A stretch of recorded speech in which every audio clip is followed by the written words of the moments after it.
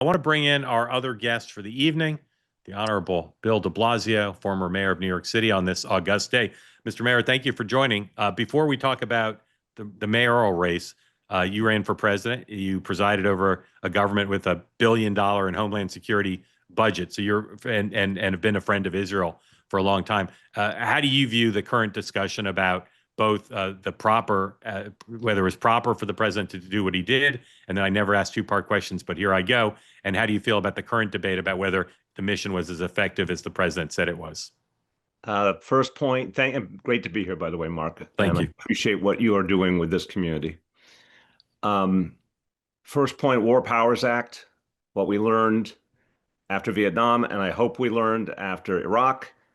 There needs to be a congressional discussion. There needs to be a decision. That's what the Constitution says, I believe, and the law says. And it didn't happen here, and it didn't happen during the Obama administration, which I think was one of the times when some of this started to atrophy, with all due respect to Obama. So, no, it can't be a double-edged sword, or a double standard, I should say. It's like you have to have appropriate decision by the legislature before you go to war, period. As to the efficacy, I think, we've seen a lot of reporting before and after that says this would be a slowdown for Iran, but not a shutdown.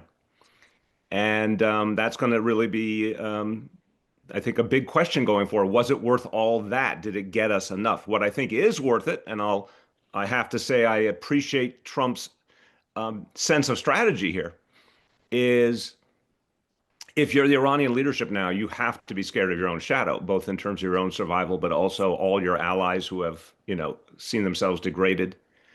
If part of this was to get Iran to stop being negative and expansionist and terroristic, I imagine it's had quite an impact. If you were a presidential advisor to this president right now, and he asked you what his next steps should be, what would you advise?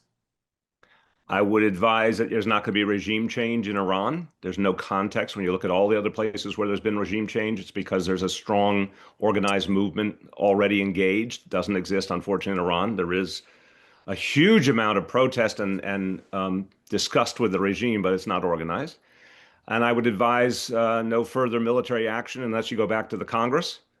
But also, I would say I'm not sure we would get much from more military action. I think what's been achievable has probably been achieved from what I can see. And what about if you were an advisor to Benjamin Netanyahu? What would you advise him? Probably somewhat similar. I mean, I don't want to say quit while you're ahead, and I have the deepest disagreement with Netanyahu on so many levels.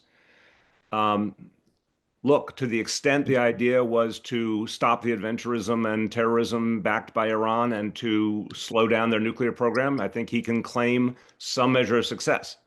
Of course, it begs the question, how did things get so bad on his watch, and how did October 7th happen and many other things? But if we're talking about this specific action, I would argue quit while he's ahead, because there's just too many dominoes that fall if you pursue something like this on an ongoing basis. They say that something that's easy is like a walk in the park. Well, easier than a walk in the park, hit the subscribe button, be part of the two-way community, never miss an episode, be part of our conversations. Thank you for your service to America.